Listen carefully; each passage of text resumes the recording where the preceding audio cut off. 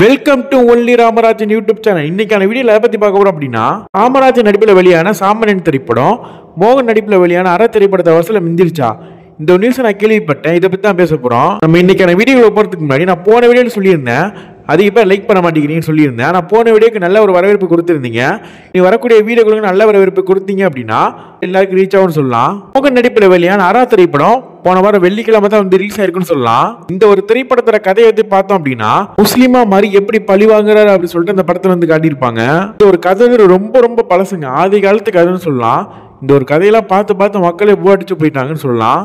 அதனாலே இந்த ஒரு படத்துக்கு வந்து நெகட்டிவான ரிவ்யூ மட்டும் தான் நிறைய வந்துச்சு. ஆனால் ட்ரெயிலரில் பார்க்கும்போது நல்லா இருந்துச்சு. ஆனால் படத்தை போய் பார்த்தவங்க தான் மிகப்பெரிய ஏமாற்றமாக இருந்துச்சுன்னு சொல்லலாம். இந்த ஒரு படம் வந்துட்டு முதல் நாள் 50 லட்சம் வரைக்கும் வசூலாயிருக்கு. ஆனால் சாமனன் திரைப்படம் வெறும் 35 லட்சம் வரைக்கும் தான் வசூலாயிருந்துச்சு. சாமனன் திரைப்படத்தோட பாக்ஸ் ஆஃபீஸ் கலெக்ஷன் நீங்கள் பார்க்கல அப்படின்னா அந்த சேனலில் தான் இருக்குது, மறக்காம செக் பண்ணி பாருங்க. சாமனன் திரைப்படத்தில் பெரிய பில்டப் இல்லை, பெரிய சாங் இல்லை, இந்த மாதிரி இல்லைனாலும் நல்ல ஒரு கருத்துள்ள ஒரு கதை வந்துட்டு இருந்துச்சுன்னு சொல்லலாம். அதுதான் உண்மைன்னு சொல்லலாம். இந்த ரெண்டு படத்துல ஒரு ஒற்றுமை என்ன அப்படின்னா, அப்பா மகள் பாசத்தை வந்து காட்டியிருப்பாங்க. மோகன் அவர்களுக்கு பிரச்சனையே வந்துட்டு இல்லை, பிக்கப் ஆயிடுவாரு. ஏன்னா கோட் படத்துல வந்து நடிக்கிறதுனால அவருக்கு வந்து நிச்சயமா வாய்ப்பு கிடைக்குன்னு சொல்லலாம். அதுவே ராமராஜனுக்கு அப்படி வந்துட்டு கிடையவே கிடையாது. இந்த காலத்துல உள்ளவங்க படத்தை வந்து எப்படி எதிர்பார்க்கறாங்க அப்படின்னா, படத்துல கெட்ட வார்த்தை பேசிக்கிட்டு நல்ல ஒரு என்டர்டைன்மெண்டான ஒரு படத்தை தான் எதிர்பார்க்கறாங்களே தவிர நல்ல ஒரு கருத்து சொல்லக்கூடிய படத்தை எதிர்பார்க்க மாட்டேங்கிறாங்க. நம்மளோட வாழ்க்கைக்கு ரொம்ப ரொம்ப முக்கியமான படத்தை வந்துட்டு மக்கள் விட்டுடுறாங்க. நல்லா சிரிச்சு சிரிச்சு பார்க்குற படத்தை மட்டும் தான் மக்கள் வந்து எதிர்பார்க்குறாங்க. இப்போ இருக்கிற ஆடியன்ஸ் வந்து இந்த ஒரு படத்தை வந்து பார்த்தாங்கன்னா என்னடா படம் அப்படின்னு சொல்லிட்டு தான் கேட்பாங்க. ஏன்னா இப்போ இருக்கிற ஆடியன்ஸோட நிலைமை இப்படி மாறி போச்சு தலைகீழா.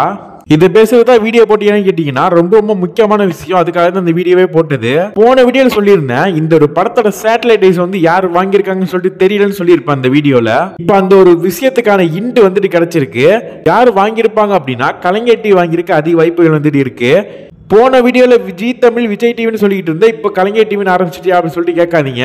இது வந்துட்டு 100% உறுதியாக வாய்ப்பு அதிகமா இருக்கு. நம்ம வீடியோட எண்டுக்கு வந்துட்டோம். போன வீடியோல சாங் மாதிரி கேட்டு கேள்வி கேட்டிருப்போம். அதுக்கெல்லாம் கமெண்ட் நிறைய பேர் பண்ணியிருக்கீங்க. அந்த கமெண்ட்லாம் வாசிக்கிறேன். ஃபர்ஸ்ட் கமெண்ட் வந்து ஆண்டனி சாமி, ரெண்டாவது கமெண்ட் சத்யராஜ் காளியான், மூணாவது கமெண்ட் அர்ஜுன் விளாகர், மூணாவது கமெண்ட் செல்லமுத்து, அடுத்த கமெண்ட் சுபாகரம் எல்டர் கேர். எல்லாருமே இந்த ஒரு படத்தோட பேரு எத்தனாவது படம் மட்டும் தான் சொல்லியிருந்தீங்க. ராமராஜன் அவர்களுக்கு இது வந்து 37வது படம். இந்த ஒரு பாட்டை வந்து எஸ்பிபியும் அனுராதவும் தான் பாடியிருப்பாங்க.